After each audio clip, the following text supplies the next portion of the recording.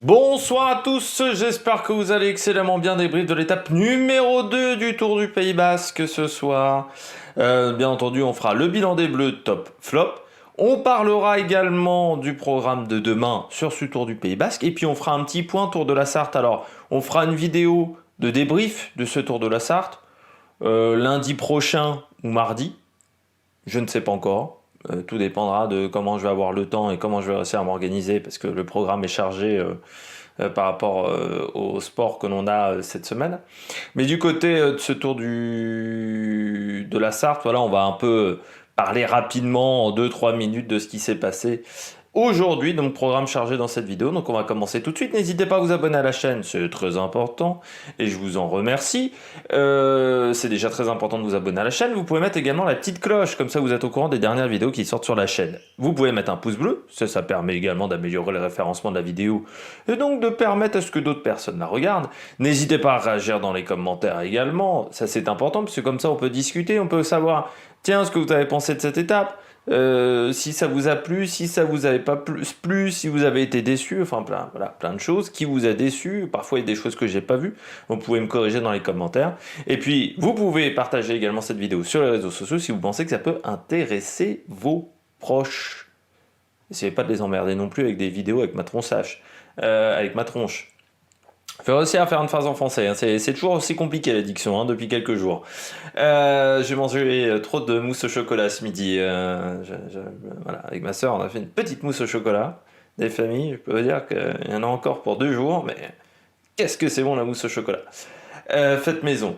Et bien on commence tout de suite par ce tour du Pays Basque, étape qui a été très particulière. Alors faut savoir, donc j'ai regardé l'étape du Tour de la Sarthe, qui a déjà été particulière en termes de scénario. Et puis juste derrière, j'ai pris donc le Tour du Pays Basque, donc on était à une cinquantaine de kilomètres de l'arrivée. Hein, voilà. Il était vers 16h05, 16h10 à peu près pour vous expliquer au niveau des horaires. Donc il y a peut-être des trucs que j'ai ratés avant. Mais on a eu une échappée de 4, et puis derrière... on est resté à 2 minutes, on était à 2 minutes 30, puis on est passé à 2 minutes. Jusque-là, c'est normal, tu vois, à 50 km de l'arrivée, passer à 2 minutes. Et puis ensuite, je ne sais pas ce qui s'est passé dans le peloton, mais personne voulait prendre en main la poursuite de la course. Certainement parce qu'on avait peur de Julien Alaphilippe, donc on voulait que ce soit les quick-step qui roulent, sauf que les quick-step ne voulaient pas rouler seuls. Et ce qui fait qu'on s'est regardé en chien de faïence pendant quoi 20-30 km sur cette étape où ça se regardait. Et puis à 10 km de l'arrivée, alors que l'échappée avait encore 2 minutes, même si c'était un homme en solitaire qui était parti à 18 km de l'arrivée, eh bien ça se regardait énormément. Et puis là d'un coup, ça a commencé à rouler, mais vraiment dans les 10 derniers kilomètres. Et avec derrière l'échappée, le dernier échappé, Ruiz de Kern Pharma, qui a été repris à 500 mètres de l'arrivée. Et victoire de Julien Alaphilippe, mais vraiment une étape très bizarre en termes de scénario. Alors certes, on n'avait pas de sprinter, mais on aurait pu s'attendre pourquoi pas un travail de UAE pour Covey. Pourquoi pas un travail de la Bora pour Guita, pourquoi pas un travail autour de Hugo Le et Michael Woods. Quinton Herman c'était là, on le voit à l'arrivée dans le final, mais on n'a pas trop roulé pour lui. Donc étape assez surprenante du côté du scénario, que ça soit du côté des coureurs échappés que du côté du peloton. On commence tout de suite par le bilan des Bleus.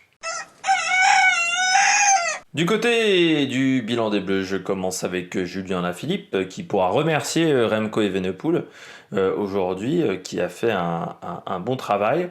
Et le leader de la Cara-Rural, on reviendra sur la Cara-Rural parce que je trouve qu'il y a des gens qui ont été très critiques sur la stratégie de la Cara-Rural parce que je pense qu'ils n'ont pas vu un paramètre, surtout les gens de chez Eurosport. Guillaume Di Grazia, je pense qu'il a raté un truc.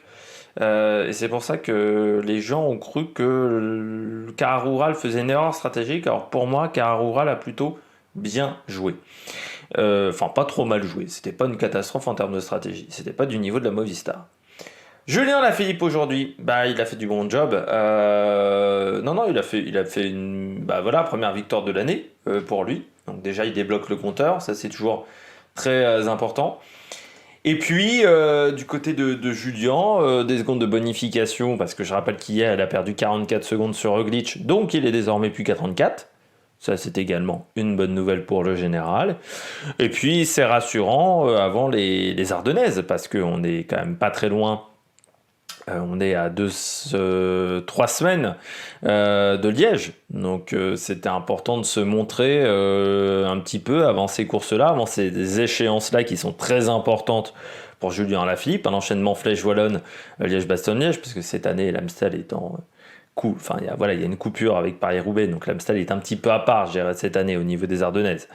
Mais du côté de Julien, ouais, il fallait se montrer après une période peut-être un peu, je dirais pas de doute, mais un Tirreno Adriatico qui avait été en deçà de ses attentes. Après, pourtant, un bon tour de la Provence, mais il avait eu du mal après sa chute sur l'Estrade Bianche du côté de Tirreno. Ça n'avait pas été du grand Julien Alaphilippe, et je pense qu'il avait besoin de se rassurer. Encore une fois, la Flèche Wallonne, c'est le 20 avril, Liège le 24.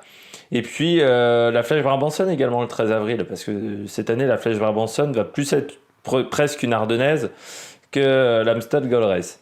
Mais du côté de Julien, oui, il fallait se montrer, et le Tour du Pays Basque, il l'a dit dès le départ, hein, il voulait faire des efforts, il voulait vraiment montrer ce qu'il avait dans le ventre, quelle était sa condition physique. Et bah aujourd'hui on a eu une réponse, les jambes sont là sur cette première étape du Tour du Pays Basque, enfin cette première étape en ligne du Tour du Pays Basque, et il a fait vraiment un très beau final, encore une fois avec une Quick-Step qui a bien su manœuvrer dans le final, qui n'a pas paniqué, ils ont laissé faire d'autres équipes à certains moments, et avec un grand Remco Evenepoel aussi, qui a fait le job dans le final. Maurice Van Sevenant, c'était dans la côte de 3e catégorie, où il a tenté une attaque pour faire un peu accélérer le peloton à un moment où vraiment l'écart dépassait les 2 minutes, et il a fait remettre l'écart à 1,20. Puis ensuite l'écart est remonté derrière, mais ça a permis d'éviter que l'écart monte à 2,30, 2,40, 2,50, 30 bornes de l'arrivée, ce qui aurait peut-être eu des conséquences un peu plus importantes. Et puis du côté de la Quick-Step, où on n'a pas craqué, et on est vraiment... on a sorti, on va dire, les hommes forts, les hommes importants pour Julien Alaphilippe dans les 6 derniers kilomètres. Donc vraiment moment opportun, et il a été ça a été du tableau noir, oui, c'était voilà, le matin au brief, le manager dit ça, et puis c'est vraiment ça ce qui s'est passé.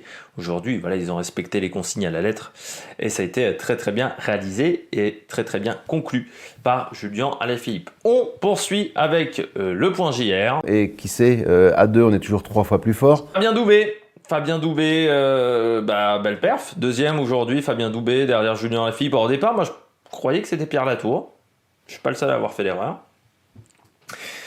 Et puis oui, j'ai vu, ah bah non, c'est Fabien Doubé. Bah bien, Fabien Doubé, parce que depuis qu'il est arrivé chez Total, on peut pas dire qu'il nous avait émerveillé.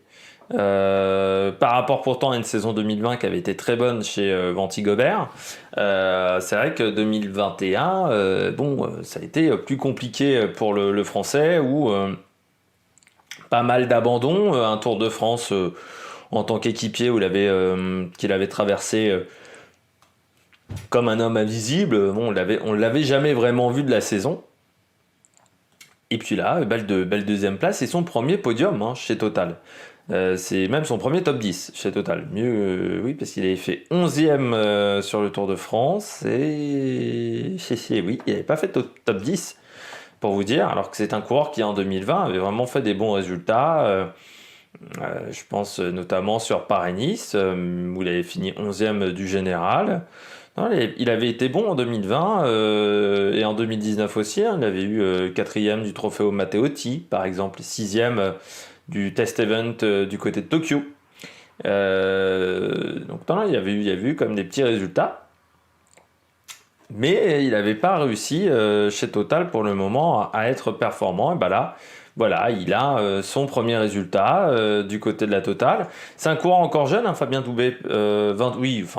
Peut-être plus si jeune que ça quand même, mais 28 ans, ça reste jeune. Et puis c'est un coureur qui a commencé en 2017, qui a commencé assez tard. Mais c'est important pour Fabien Doubé, parce que des punchers, on en a quelques-uns quand même chez Total.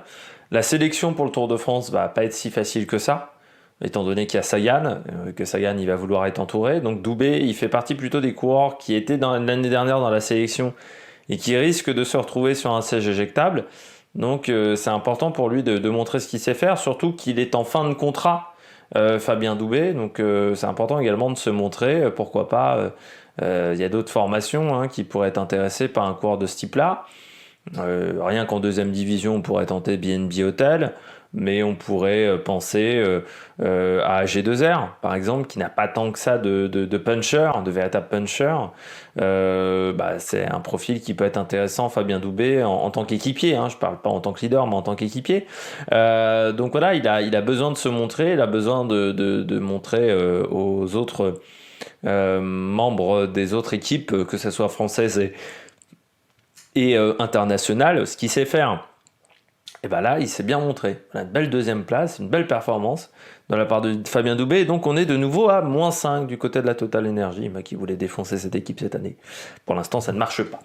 Et puis +- David Gaudu, rapidement, qui fait également top 10 David Gaudu aujourd'hui. 8e. C'est bien pour David.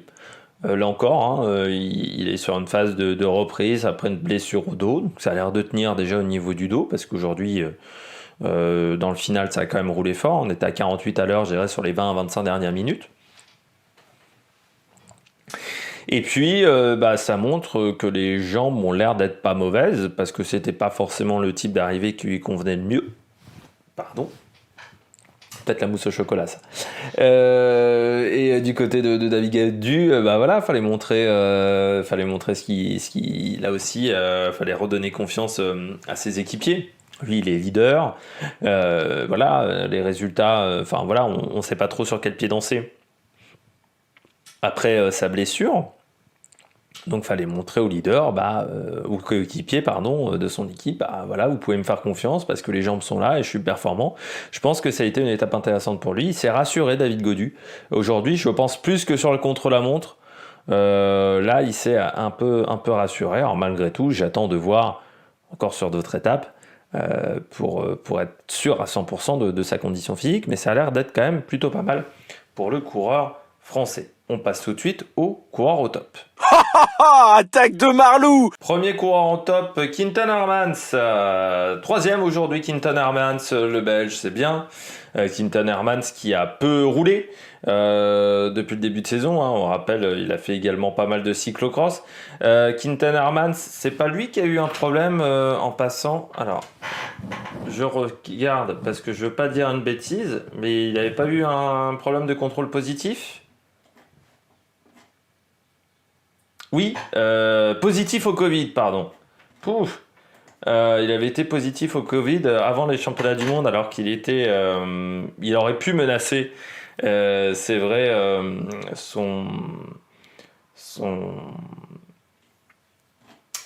Pidcock sur cette course-là, mais je vérifie quand même. Ça a été la petite déception pour lui. Le Belge, parce que il avait vraiment misé sur la saison de cyclocross, il avait fait beaucoup d'efforts sur cette saison de cyclocross, et puis positif à la Covid. J'ai dû confondre avec un autre coureur qui avait été testé positif au dopage. C'était pas Quinten Hermans, ça devait être un autre, mais comme le cyclocross, vous savez, c'est pas trop ma tasse de thé, j'ai dû confondre. Vous savez, je suis également dyslexique, donc je confonds parfois les trucs. Du côté de Quinten Hermans, donc la Covid. Et il a eu, je crois, en plus un Covid pas facile. Je crois qu'il fait partie des coureurs qui ont eu un Covid long. De toute manière, il avait prévu de faire une grosse pause après sa saison de cyclocross, ce que n'a pas fait Pidcock, et ce qui, je pense, a peut-être été une erreur pour Thomas Pidcock. Et puis là, c'est un type d'arrivée qui lui convient. Quinten Hermans, il a du punch. Pas mauvais également en tant que grimpeur. C'est un coureur qui a vraiment des belles qualités, je trouve. Là aussi, un coureur qui s'est révélé assez tard sur la route. On le cantonnait un peu tout le temps sur le cyclocross, qui est arrivé chez Circus, chez Venti, Intermarché, Venti Gobert, cette équipe a eu 150 noms, en 2020, après plusieurs saisons dans des équipes continentales, ou chez Telenet, voilà. Et il a un programme qui est très intéressant, déjà Tour de France, mais Liège, Flèche Wallonne, la Flèche Brabançonne, c'est un programme, et le Tour de Belgique, pour finir. On essaiera de le suivre, le Tour de Belgique, cette année, parce que l'année dernière, on ne l'avait pas fait. parce que je devais préparer le Tour de France et que ça m'avait pris énormément de temps de préparer le Tour de France parce que j'avais dû préparer en avance les étapes vu que j'étais pas chez moi cette année normalement. Je vais essayer de m'organiser un peu mieux pour le Tour de France. Mais du côté de Quinten Hermans, donc belle performance du Belge, mais c'est un coureur qui déçoit assez peu depuis qu'il est chez Intermarché. Moi je trouve, ça fait partie des coureurs voilà, qui sont peut-être pas les plus connus, mais il déçoit assez peu Quinten Hermans l'année dernière. 9e par exemple de l'étape 4 du Tour du Pays Basque, donc 5e de l'étape 15 du Tour d'Italie. Il est intelligent parce qu'il avait fini en septembre sa saison. Voilà, pour éviter les problèmes. C'est un mec qui avait eu une saison 2020 en plus catastrophique sur la route parce qu'il avait fini qu'une seule course, il a vu que 3 jours de course. Il a vu des petits pépins physiques et là c'est vrai qu'il a fait vraiment de très très bonnes choses du côté du cyclocross, on l'avait vu cet hiver. Alors moi je l'avais vu en ne suivant pas trop le cyclocross, donc ceux qui ont suivi le cyclocross avaient vu qu'il avait été très performant. J'ai mis le petit Orluis Aolar de la Cara Rural. Pourquoi je mets un coureur de la Cara Rural au top? Déjà parce qu'il finit 5e, c'est pas mal, en sachant que je rappelle que Cara Rural doit montrer aux organisateurs de la Vuelta qu'ils ont fait une erreur en ne sélectionnant pas cette équipe. C'est quand même l'objectif. Ils doivent montrer que, pourquoi vous avez invité Burgos ou Kern Pharma ou Euskatel alors que nous, on est capable d'être performants et qu'on a Michael Nieve. Donc c'est un peu l'objectif de faire regretter aux organisateurs de la Vuelta cette non-invitation. Ils doivent aussi un peu améliorer leurs résultats par rapport à l'année dernière, aux années précédentes où du côté de Cara Rural, c'était pas foufou. Et Aolar, il est sur une belle série parce que je l'avais regardé un petit peu hier, la start list, pour voir quels sont les coureurs qui sont un petit peu intéressants. Et lui, j'avais vu qu'il avait fait une Vuelta ao Aletejo au Portugal où il remporte 2 étapes, dont un contre-la-montre. Et surtout, il finit premier du général. Et son pire résultat sur cette course-là, qui est une course de 5 jours, c'est une 4e place. Donc il avait été vraiment très performant. Il avait également gagné la Classica de Arabida, juste avant, au mois de mars. Donc il fait pour le moment un très bon mois de mars. Il avait fait également 6e du Tour de la région de Murcie. 4e de la première étape également de Grand Camino. Donc voilà, un coureur vénézuélien, pardon, j'ai dit Colombien, il est vénézuélien. Et qui est plutôt sur une belle série, le coureur de 25 ans. Et ça me permet également de parler de la stratégie de la Cara Rural. Ils avaient un coureur dans l'échappée, la Cara Rural, aujourd'hui. Et beaucoup de gens ont dit mais pourquoi il roule derrière l'échappée, notamment les mecs de chez Eurosport, je pense à Guillaume Di Grazia qui normalement se plante assez rarement. Voilà, pourquoi Amezcueta il roule pas devant, il a l'air de filocher. Pourquoi derrière dans le peloton Cara Rural roule? Mais tout simplement parce que Amezcueta il était cuit. Enfin, moi je pensais que ça s'était vu à 20 bandes de l'arrivée. Il y a plusieurs accélérations à un moment dans la montée et dans la descente derrière. Tu vois qu'il est à 2 doigts d'exploser complètement. Il fait locher pas du tout, Coco. Il était cramasse.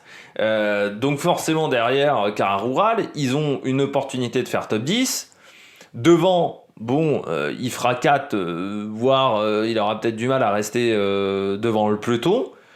Tu prends le risque de revenir sur les échappées, hein, parce que Amezcueta, il était cramé, il était complètement cramé. Et j'ai pas compris vraiment chez Eurosport, parce que pour moi, ça m'avait semblé assez net qu'il était cramasse, qu'il avait plus les bonnes jambes. Voilà, je trouve que quand tout le monde a critiqué la stratégie de Cara Rural, je trouve qu'ils ont plutôt bien géré l'affaire. En se décidant de rouler, en décidant de sacrifier Amezcueta. De toute manière, il allait finir 4, donc entre 4 et 5, c'est pas une grosse différence en termes de points. Et vu ce qu'avait montré Aolar ces derniers jours, c'est vrai la condition physique avait l'air d'être là. Et puis ça lui permet également à Aolar de se confronter avec des grands coureurs internationaux sur ce type d'arrivée un petit peu punchy et de voir que le niveau est pas mal. Le niveau est pas mal. Pour un coureur, on va regarder ça tout de suite, mais qui est en fin de contrat. Ça peut être un coureur à recruter en fin de contrat. Prochaine course pour lui, ça sera le Tour de Turquie. Tour de Turquie qu'on essaiera de suivre au mois d'avril, puisque des fois c'est une période un peu plus creuse au moment du Tour de Turquie. Après, on fera pas un débrief tous les soirs. Hein. On fera un débrief global de cette course-là, puisque normalement, il n'y a pas non plus 150 choses à dire sur le Tour du Turquie. À une époque, il y avait beaucoup de choses à dire sur le Tour du Turquie. C'est plus vraiment le cas aujourd'hui. Bien entendu, on finit avec le coureur de la Kern Pharma, c'est top, avec Ruiz. Échappé formidable du coureur espagnol. Il s'en est fallu de 500 mètres. C'est pas passé loin parce que il a bien géré la situation. À 20 bornes de l'arrivée, un peu avant 20 bornes de l'arrivée même, on sent que ça commence à se regarder pas mal. Entre les 4 coureurs de l'échappée, surtout depuis que Okamika, le coureur de la Burgos, avait fait des attaques dans la montée de 3e catégorie. Et c'est vrai que ça se regardait notamment entre Azor Mendy, le coureur d'Aushkatel, et Okamika, et puis Amezqueta, qui était très fatigué déjà à ce moment-là. Et Ruiz, il voit qu'il n'y a pas d'entente dans le groupe, il voit que Okamika, il demande au coureur de Cara Rural de rouler, que le coureur de Cara Rural, je pense, a aussi dans les oreillettes, parce qu'à un moment où la voiture s'approchait de lui, je pense qu'on lui dit ne roule pas, c'est-à-dire c'est fini, on a une autre stratégie. Et donc Ruiz décide de partir à ce moment-là, donc vers 18 bornes de l'arrivée à peu près. Il se dit voilà, je roule, et puis on verra bien ce qui va se passer, parce que de toute manière, il fallait trouver une situation. Il y avait la situation, elle était bloquée à partir de 18 bornes de l'arrivée. Il accélère à 13, parce que j'ai le kilométrage, je suis de retour sur Pro Cycling Stats. Et puis là, il arrive à tenir pendant 13 bornes. Avec cette minute d'avance, cette minute 20 au départ d'avance, et puis qui se réduit, et puis à 500 mètres de l'arrivée, il est repris par l'avant-garde du peloton, et il ne gagne pas cette étape. C'est un coureur qui est assez étonnant, Ibon Ruiz, parce que à ce qu'on nous disait, coureur intéressant chez les juniors, chez Pro Cycling Stats, j'ai pas de palmarès chez les juniors, mais chez les professionnels et chez les espoirs, il n'a pas fait grand chose. Son meilleur résultat sur le Baby Giro, c'est une 20e place en 2019. En 2020, il est présent sur le Tour du Limousin. Il est au-delà de la 80e place sur les 3 étapes. Sur la route d'Occitanie, 32e place comme meilleur résultat. 7e du classement des jeunes de l'étoile de Bessèges en 2020. C'est quand même pas fou. C'est 4e du classement des jeunes de Grande Camino cette année, mais en étant 33e du général. Donc c'est pas très intéressant également de ce côté-là. Donc coureur assez surprenant. Ça a failli marcher, mais il s'en est fallu d'un peloton qui s'organise dans le final. On passe au coureur au flop. De Bonnedan pour finir cette vidéo, je commence avec Alessandro Covi. Je m'attendais à mieux aujourd'hui d'un Covi qui finit seulement 11e de cette étape. Je pensais que c'était un type de parcours qui convenait bien à Covi, en sachant qu'en plus il n'y avait quasiment pas de sprinter au départ de ce Tour du Pays Basque, comme un peu souvent, parce que c'est quand même pas la course la plus facile pour les sprinters. Et c'est vrai que je me disais, Covi aujourd'hui, c'est peut-être l'opportunité pour lui d'aller chercher une victoire. Après, déjà des bonnes performances depuis quelques temps, même s'il a déjà gagné des courses, mais il avait en 2022, je suis pas sûr qu'il ait gagné en 2022, Covi. En 2021, oui, mais en 2022, j'avais oublié sur le Tour d'Andalousie. La deuxième étape du Tour d'Andalousie qu'il avait remporté. Mais c'est vrai que là, un peu décevant sur un parcours comme celui-là. Alors, il doit toujours faire l'Amstel, ce qui est surprenant parce que je rappelle que c'est le 10 avril et que normalement le Tour du Pays Basque ça sera pas fini. Ah si, ça se finit le 9, ça se finit samedi le Tour du Pays Basque. C'est bien ce qui me semblait que le Tour du Pays Basque se finissait un samedi. Mais Pays Basque Amstel, ça va être compliqué quand même déjà pour reconnaître les monts, mais en plus au niveau récupération c'est quand même pas l'idéal. Coureur qui, on rappelle, fera le Tour d'Italie derrière. Mais Covi, oui, un petit peu décevant sur cette étape. Je m'attendais à mieux du coureur italien. Et puis, deuxième bonnet d'âne, c'est... Ah putain, j'ai mal écrit son nom vraiment sur ma fiche. Donc, il faut que je retourne sur Burgos. Burgos BH, voilà. C'est Okamika, Ander Okamika. Alors, ancien triathlète qui est devenu cycliste, qui était dans l'échappée. Autant vous dire que je trouve que c'est lui qui a foutu la merde dans l'échappée. Voilà. C'est-à-dire qu'à 30 bornes de l'arrivée, il décide de sortir à 2 km du haut du sommet de la 3e catégorie. Alors qu'on était très loin de l'arrivée et en même temps qu'on était très loin du sommet également pour jouer le classement de la montagne. Et puis derrière, voilà, il s'est vraiment énervé avec les autres coureurs. Ce qui montre, malgré le fait qu'il ait 29 ans, un manque d'expérience, parce que je rappelle qu'il est professionnel seulement depuis 2021 chez Burgos. Et ouais, une erreur stratégique. Je pense qu'il était le plus fort. Je pense que s'ils étaient restés à 4, ils pouvaient peut-être aller au bout. Mais le problème, c'est qu'il a mal géré la situation, très mal géré la situation, du fait d'une inexpérience. Okamika. C'est un coureur que j'avais vu moi sur la Vuelta l'année dernière. Je crois qu'il avait pris une échappée. Il avait pris des échappées sur la Vuelta, je crois me rappeler. Et il a fini 3e du classement de la montagne du Tour de Catalogne et 3e de la première étape du Tour d'Andalousie.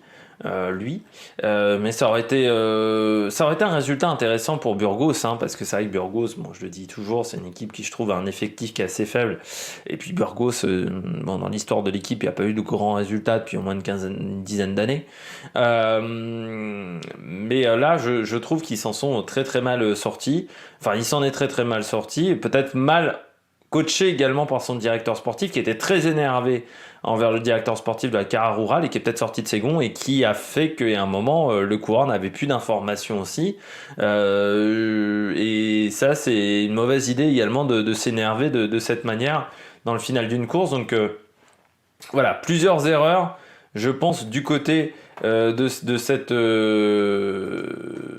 cette étape pour cette équipe Burgos et il y avait vraiment, on pouvait faire beaucoup mieux aujourd'hui pour Burgos sur ce parcours. Étape 3 demain, 3e étape de ce tour du Pays Basque. On partira de l'Audio pour aller à Amorio. Parcours casse-pattes. Des côtes moins dures, moins longues en kilométrage, par contre plus de pourcentage. Et puis, bon, voilà, hein, vous voyez, à partir de 100 km de l'arrivée, ça va faire que monter, descendre. Les 90 derniers kilomètres, ça va être comme ça et ça va être très fatigant, je pense, avec notamment 4 côtes, mais plein de petites difficultés, dont une du côté de Lezama qui sera à 6 km. 5 km et demi de l'arrivée le sommet et c'est 500 mètres à 9,8%. C'est plein de petites bosses alors qui sont pas très longues mais avec des pourcentages, notamment la côte de 3e catégorie, la Opelora 1 km 1 à 13,1% de moyenne. Et je pense, est-ce que c'est pas même un circuit Opelora Ozeka, si je pense que c'est un circuit même, hein, sur la fin de journée on prendra je pense 2 tours de circuit. Vu le profil, oui, les deux profils se ressemblent beaucoup, à part peut-être la côte de Lezama qui ne sera pas une répétition de ce circuit, mais 180 km casse-pattes demain. On fait un petit point sur le circuit de la Sarthe pour finir vraiment cette vidéo. Victoire aujourd'hui de Mats Pedersen devant Benoît Cosnefroy et Axel Zinglet. En fait, il y avait une échappée matinale qui avait une quarantaine de secondes d'avance et puis qui a été rejoint à 70 km de l'arrivée il y a un groupe qui est parti à 70 km de l'arrivée qui a rejoint cette échappée. C'était une belle échappée. Pedersen, Cosnefroy, Ghana, Pinot, Sean Quinn, Luc Plapp également, Kevin Vauquelin du côté d'Arkea qui marche fort comme Axel Zinglet, Alexis Goujard également. Et ces hommes ont réussi à résister au retour du peloton qui a été le sprint du peloton qui a été remporté par Lorenzo Manzin devant Vandenberg et aux déceptions quand même Diavigiani et Cavendish qui n'ont pas fini dans le top 3 de ce, qui n'ont pas fini à la première place de ce sprint. Voilà, la Quick Step qui a été assez inexistante en passant sur cette journée. autour de Mark Cavendish. Et donc voilà, Elia Viviani, petite déception, sachant que sur cette course, particularité, il y a Attilo Viviani et Elia Viviani, et je rappelle que les deux ne sont plus dans la même équipe. Attilo, qui est maintenant chez Bingoal, il n'a pas été prolongé chez Cofidis, il a rejoint Bingoal, et Elia, et je rappelle, chez Ineos. Elia qui finit juste devant, je viens de voir... Non, Emmanuel Morin aussi, qui a été un peu moins bien aujourd'hui, qui finit juste devant. Pierre Barbier, l'étape de demain sur le Pays de la Loire, le circuit de la Sarthe, 173 km tout plat, un circuit autour de l'Eulude. Pour la journée de demain, on aura une grande boucle et puis ensuite des petites boucles autour de l'Eulude dans le final de cette course. J'espère que vous avez aimé cette vidéo. Si vous avez aimé cette vidéo, n'hésitez pas à vous abonner à la chaîne, à réagir dans les commentaires, à mettre un pouce bleu, à partager la vidéo sur les réseaux sociaux. Puis nous, on se retrouve pour de nouvelles aventures sur la Maniac Production. Ciao ciao!